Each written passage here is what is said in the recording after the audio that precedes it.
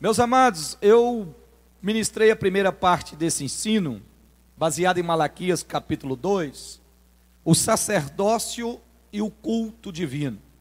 É uma palavra que nos mostra a crise no sacerdócio e também a decadência do culto, por causa da crise do sacerdócio. Terça-feira passada eu ministrei sobre superando as crises pessoais para que sejamos instrumento de cura na vida de outros, e mostramos as crises de Moisés. Agora, já concluindo esse assunto, nós vemos também acerca da crise no sacerdócio. É uma palavra que é dirigida aos sacerdotes, e somos nós, porque a Bíblia nos fala em 1 Pedro 2,9, que todos nós somos sacerdócio real, nação santa e eleita. Então nós somos lá, mas vós sois geração eleita e sacerdócio real, a nação santa, o povo adquirido, para que anunciais as virtudes daquele que vos chamou das trevas para a sua maravilhosa luz.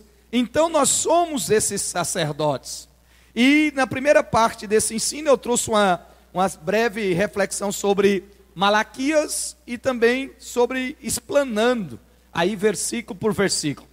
Nós percebemos que Malaquias, e eu vou fazer uma breve recapitulação, Malaquias é o último profeta do Antigo Testamento, mas também ele é a ponte de ligação entre o Antigo Testamento e o Novo Testamento. É a fala de Malaquias que vai terminar e dar uma pausa de um período de 400 anos de silêncio. E quando Malaquias está falando, ele vai falar sobre a crise que estava existindo em Israel, em Judá, devido ao povo ter acostumado com o sagrado acerca de cultuar a Deus, acerca do perigo de cair em uma rotina religiosa, vim para a igreja sem entusiasmo, vim para a igreja sem vontade, e achar o culto apático, até uma canseira está no culto. O perigo que isso faz para a nossa vida. A importância de prestarmos um culto santo, perfeito, agradável a Deus, que é um sacrifício vivo ao Senhor. Malaquias fala que a única solução para que Deus venha abençoar o povo é arrepender-se, voltar-se ao arrependimento, voltar para o Senhor, para deixar o pecado do formalismo, porque tinha perdido o entusiasmo acerca de cultuar a Deus. Então é um confronto que Deus usa o profeta Malaquias. Malaquias significa o meu mensageiro. E a palavra que Deus usa através do profeta Malaquias é uma palavra de sentença, de sentença. E ele começa aí o capítulo 2 falando justamente, ó, agora sacerdotes, para vós outra é este mandamento. Mandamento, eu expliquei que a palavra mandamento aqui é sentença. Ele está dizendo, ó, essa é uma sentença. Essa sentença, ela não é revogável. Eu já dei essa sentença para vocês, sacerdotes, porque vocês têm deixado de obedecer a minha lei, a minha instrução, a minha palavra. O que é que eu aprendo? A Bíblia nos ensina que há uma bênção quando nós obedecemos. Há uma bênção sobre a obediência. Lá em Deuteronômio 28, isso é bem claro, né? Se nós obedecermos, seguir a direção de Deus, vem bênção sobre a nossa vida. Mas se não formos obedientes à palavra, à direção do Senhor, vai vir o quê? Maldição. E muitas das vezes está vindo maldição e não adianta culpar a Deus. Não adianta virar as costas para Deus e achar que Deus é errado. Não, é nós que fugimos da direção, da obediência que Deus nos deu.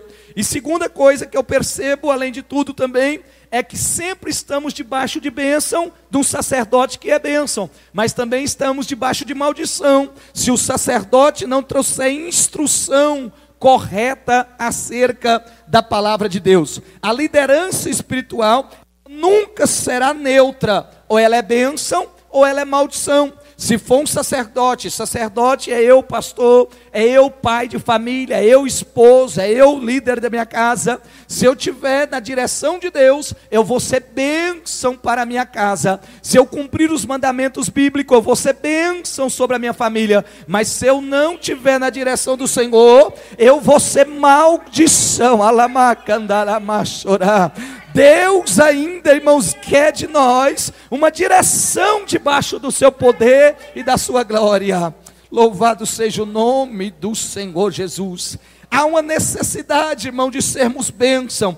A liderança espiritual nunca será neutra. Ou somos bênção, ou somos maldição. E meu intuito é despertar na igreja que ela seja uma nação, um sacerdote santo, um sacerdote que valoriza a palavra, um sacerdote que busca Deus em oração, um sacerdote que busca Deus através do jejum, um sacerdote que, por mais que passe por crise, até de luto, Ariel, mas ainda sai dar graças em tudo, porque independente da circunstância, eu sei que eu estou debaixo do cuidado do nosso Deus.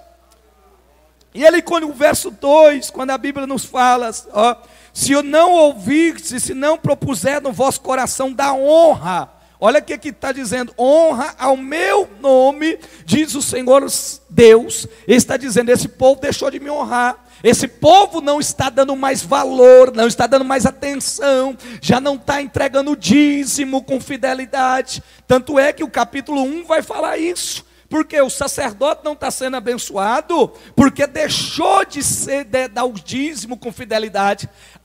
Não é o pastor que está falando, não, irmã Cida Lopes, é a própria Bíblia. Deus está falando por intermédio de Malaquias, olha, por vocês não estar devolvendo o dízimo correto, eu não vou abençoar a semente que você coloca na terra. Você precisa de orvalho, você precisa de chuva, você precisa que a terra germine, mas como você não está sendo fiel, eu vou amaldiçoar a semente que você tem colocado. Aí é aquela história patina e não sai do lugar, porque não está obedecendo a palavra de Deus, não está honrando a Deus.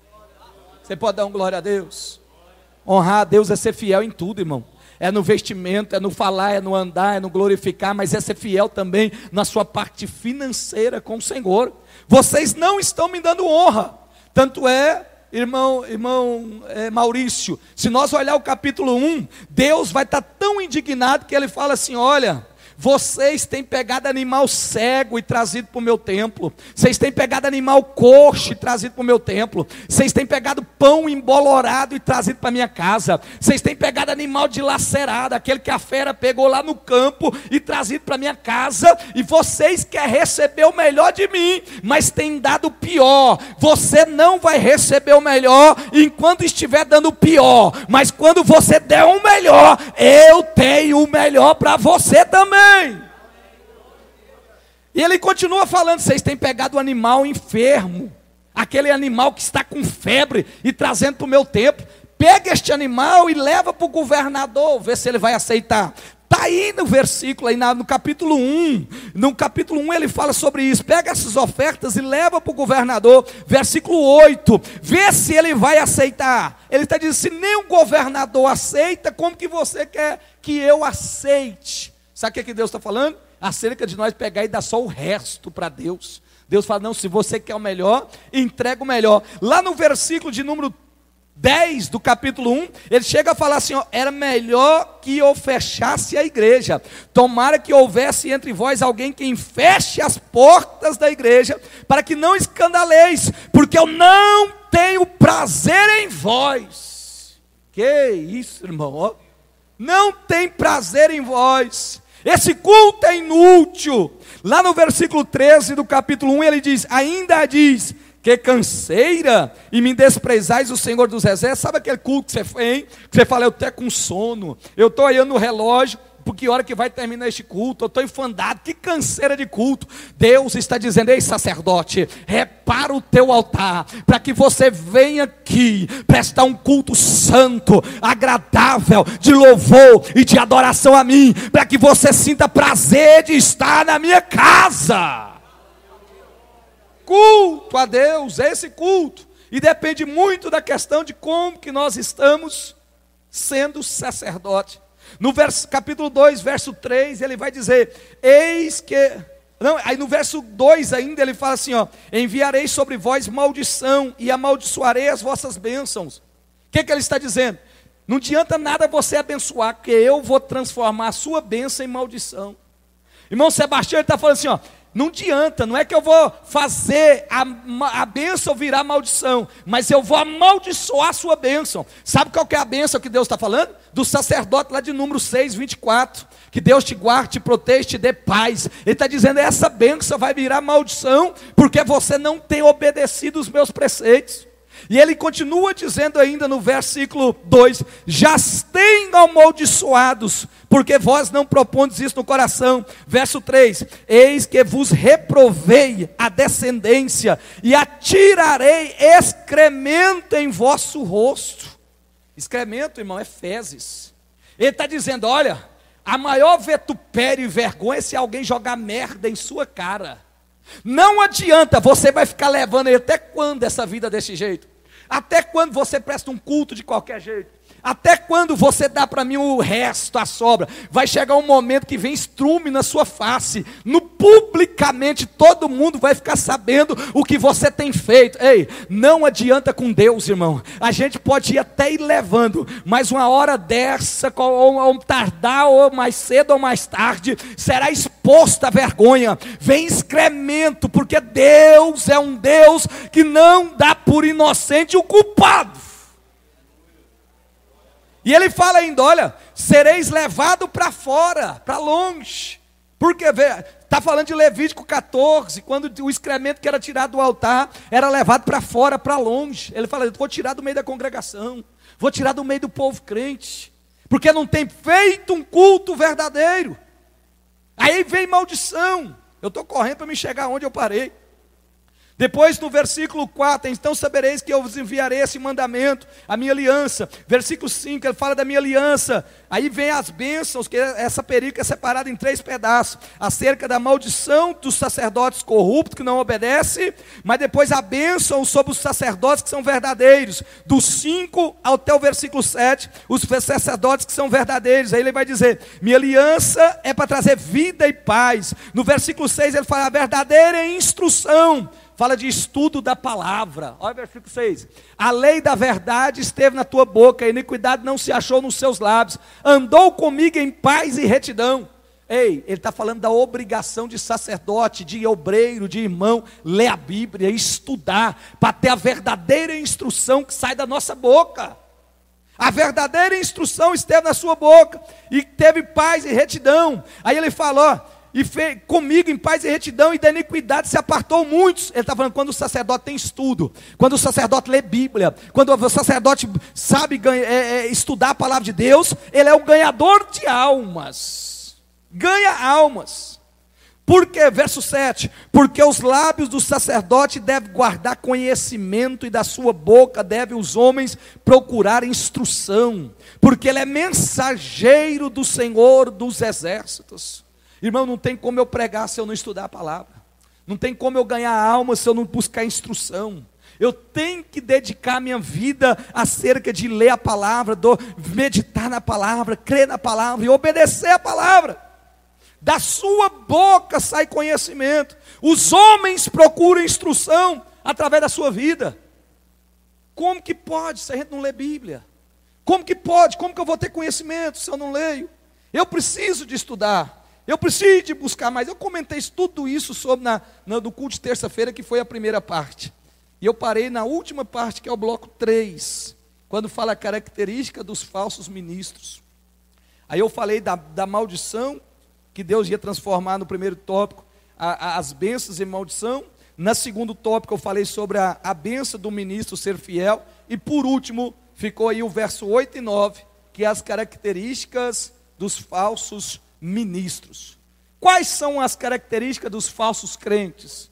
Quais são as características dos falsos obreiros? Será que tem algumas características? Nós vamos perceber isso agora.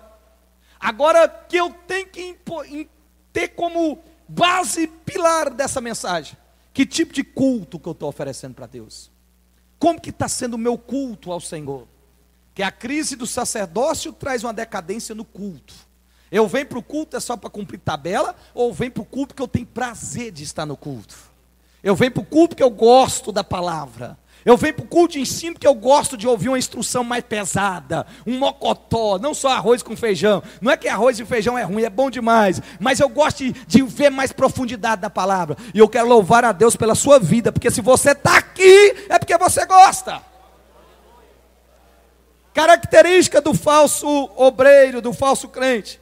Primeiro, o falso ministro não anda com infidelidade. Olha o versículo 8. Mas vós vos tende desviado do caminho, e por vossa instrução tende feitos tropeçar muitos, e violaste a instrução. Meu Deus, olha, violaste a aliança de Levi, diz o Senhor dos exércitos. Ele está falando, ó, por causa da sua mal conduta, muito tem desviado. Porque você não tem uma vida digna, você não tem uma vida fiel, você não tem uma vida moral boa, muitos têm desviado. E eu creio que nós fazemos parte da geração que Jesus vai buscar. Irmão, não adianta nada eu chegar aqui de mão dada com a minha esposa e tiver brigado com ela lá em casa. Não adianta nada eu chegar aqui abraçado com a minha esposa e a primeira igreja que é a minha casa, eu não estou bem com ela, eu não converso com ela, eu não tenho diálogo com ela. Não adianta, irmão, porque Deus primeiro, Deus quer vida com Ele, andar com Ele primeiro do que obra de Deus, porque o Deus da obra vem primeiro do que a obra de Deus. Há uma necessidade, irmão, de ter um altar reparado. Não adianta aqui dentro eu falar só coisas boas, Pai do Senhor, e lá fora palavras imorais, chula, vergonhosa, que deturpere a palavra de Deus, a presença de Deus. Não pode, porque isso vai fazer o meu vizinho se escandalizar, o meu parente se escandalizar, faz com que aqueles que podiam vir para a igreja tropeça e não vem para a casa do Senhor. Nós precisamos ter uma vida santa e digna. Olha quanto isso ainda é pertinente para nossos dias. Nós temos percebido uma decadência moral, religiosa no nosso país. Eu falei para a igreja que quando eu chegar de Israel eu quero ensinar mais sobre o jejum. Nós precisamos voltar a ter mais jejum, quebrantamento da carne, para que tenha um espiritual mais altivo, mais elevado, andar mais na presença de Deus. Nós precisamos voltar à prática do jejum. Nós precisamos ter os dons espirituais. Eu acho bom quando vejo o irmão Gesmar falar em mistério, em língua, irmão. Quantas vezes nós já não estamos mais falando em línguas estranhas, em dons espirituais, em profecia. Nós somos pentecostais, nós somos do fogo. Ainda há batismo no Espírito Santo, ainda há variedade de língua, ainda há derramado o Espírito Santo, ainda há profecia, ainda há dom de cura, ainda há intrepidez. Eu creio no sobrenatural de Deus, mas nós temos percebido um tempo para cá um frouxamento na liderança, no sacerdócio, um quesito moral. Eu não vou nem, vai ficar gravado isso. Mas que vergonha, irmãos.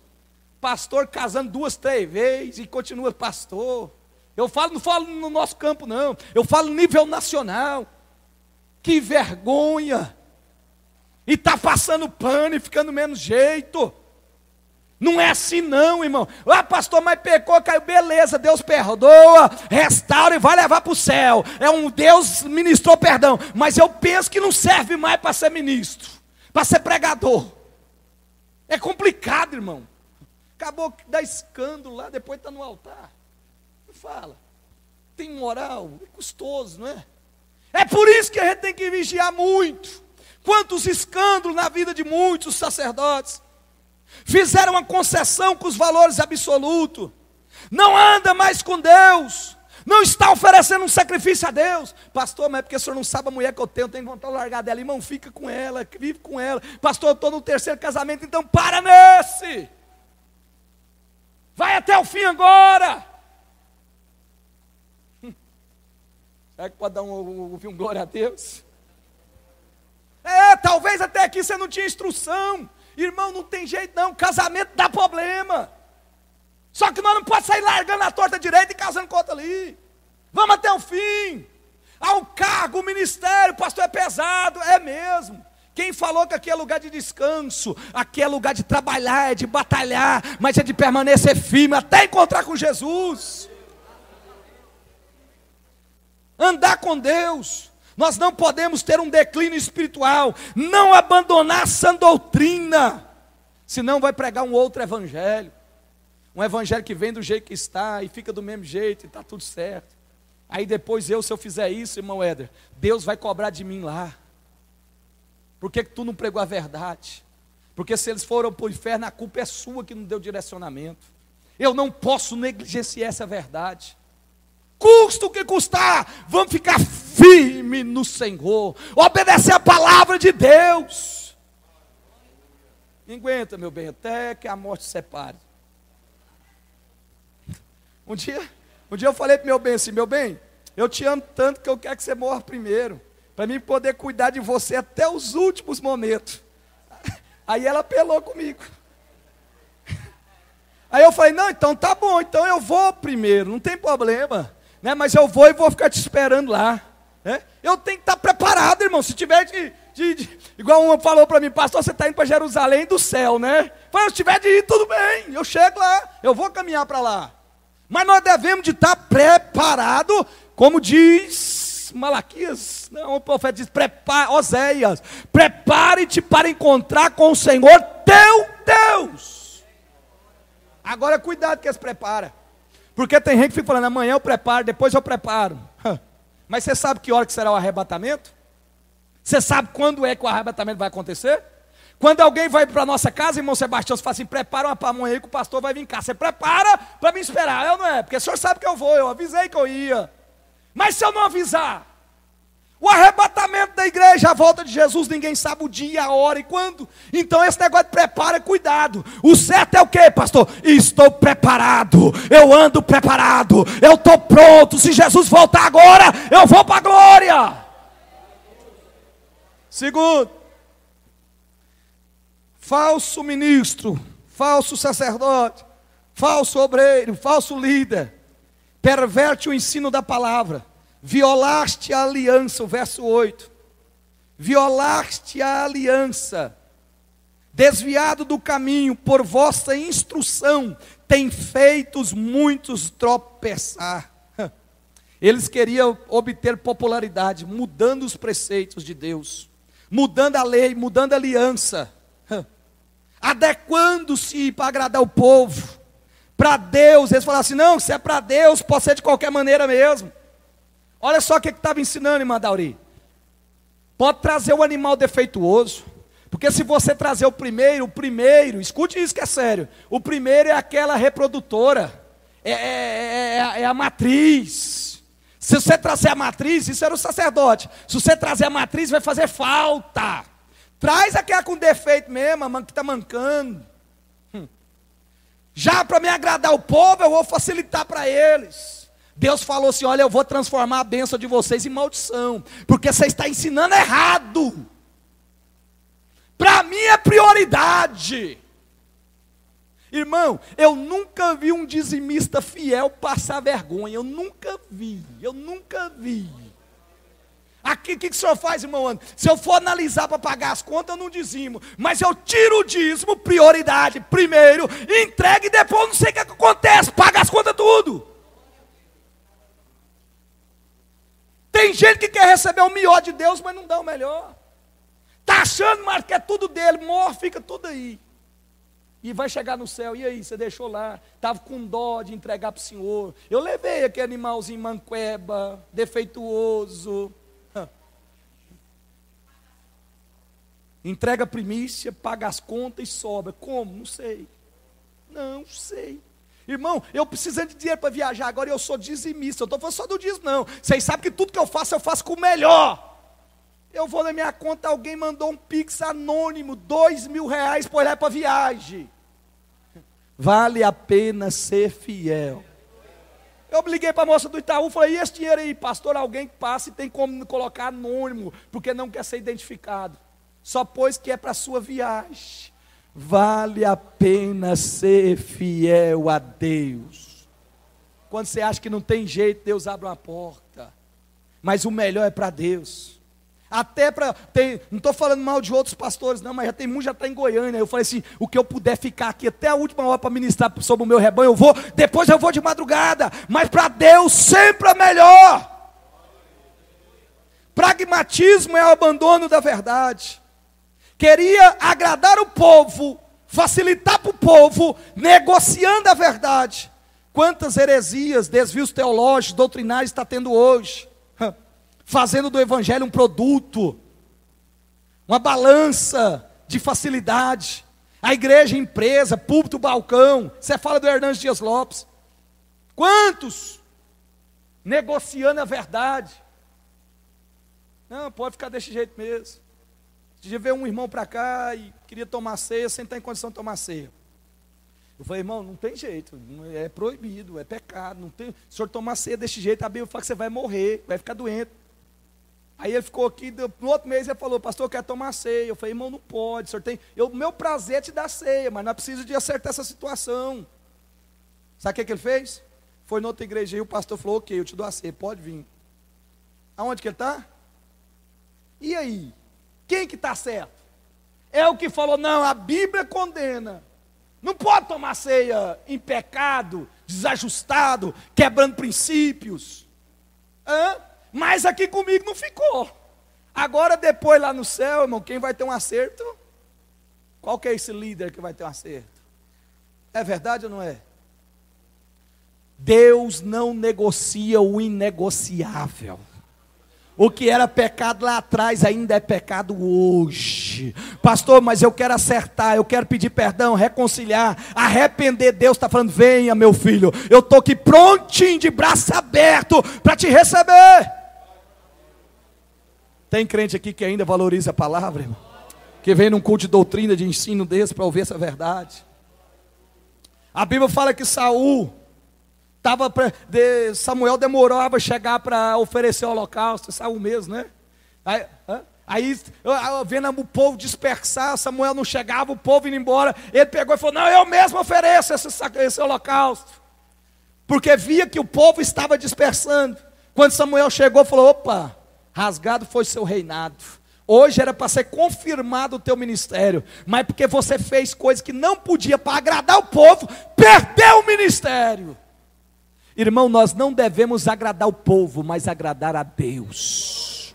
Nós não devemos fazer coisas para agradar a multidão, mas a Deus. Aqui tem gente, irmão, que está ouvindo essa palavra, mas ele sabe que Deus está falando com ele, é por causa de amor, e nós queremos encontrar na glória. O que mais, pastor? Terceiro, perverso no ensino e no exemplo, ainda no versículo 8. Por vossa instrução, feitos muitos tropeçar, deixaram a verdade de instrução e foi para o erro. Não foram neutros, se tornaram pedra de tropeço e não ministro de reconciliação. Nós temos que ser ministro de reconciliação. Pastor, mas eu estou doente, então vem, que aqui tem um médico que te cura. Que você já viu tanto que o evangelho legaliza as pessoas, aquele que converte verdade? Você está devendo fora, ele fala, eu quero dar um jeito de pagar minhas contas. Se ele está de mal com a pessoa, ele fala, vou pedir perdão, pastor. Pastor, se eu tinha problema com o meu cônjuge, eu vou ajeitar com ele. É ou não é? Pastor, eu enxerguei que não é precisa de casar. Vamos casar? Tanto é que eu vou chegar de Israel, eu vou fazer uns 4 ou 5 casamentos aí. Amém? Né, Marcos? Porque o evangelho, ele legaliza a situação. E eu quero casar mais gente. Quarto, estou correndo para terminar. Quando ele é parcial na aplicação da lei, versículo 9. Por isso também eu vos fiz desprezíveis e indignos diante do povo. Rapaz, quando Deus fala, ó, Deus vai dando misericórdia, Ariel. Vai deixando, Deus cutuca, usa um culto, fala, e a pessoa não corrige. Vai indo, Deus fala assim, ó, eu vou te pegar e vou te passar vergonha no meio de todo mundo. Todo mundo vai saber do teu problema.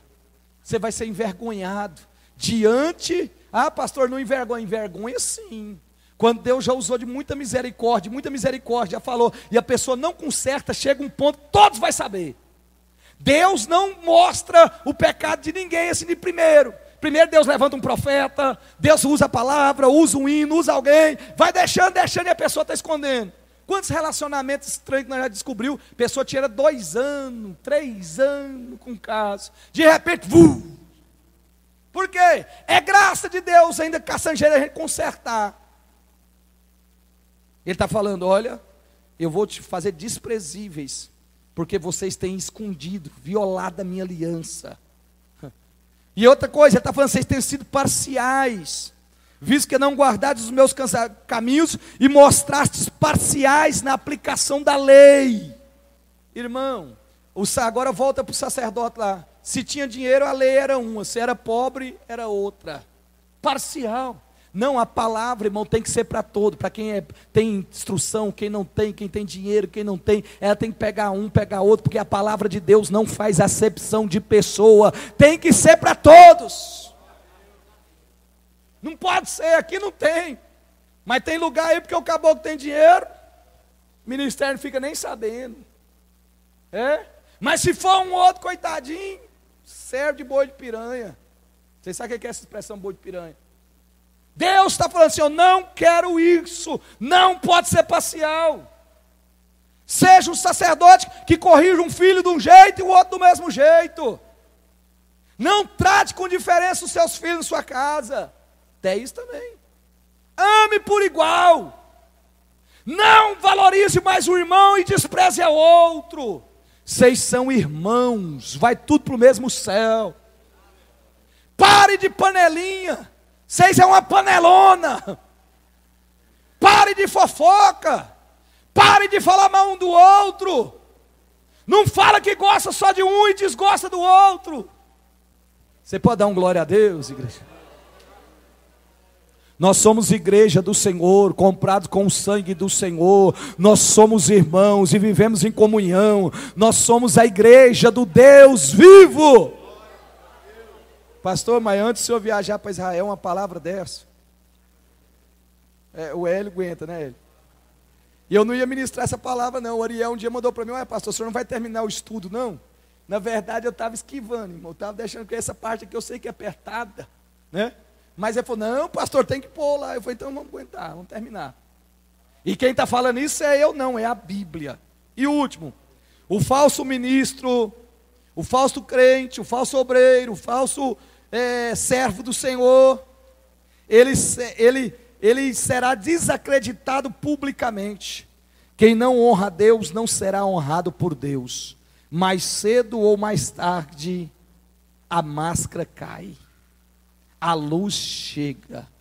Mais cedo ou mais tarde, cai. Nós não precisamos usar máscara, mas ser um coração sincero, contrito diante do nosso Deus. Senhor, eu quero consertar. Irmão, não pense que essa palavra aqui foi direcionada para um ou para outro, não.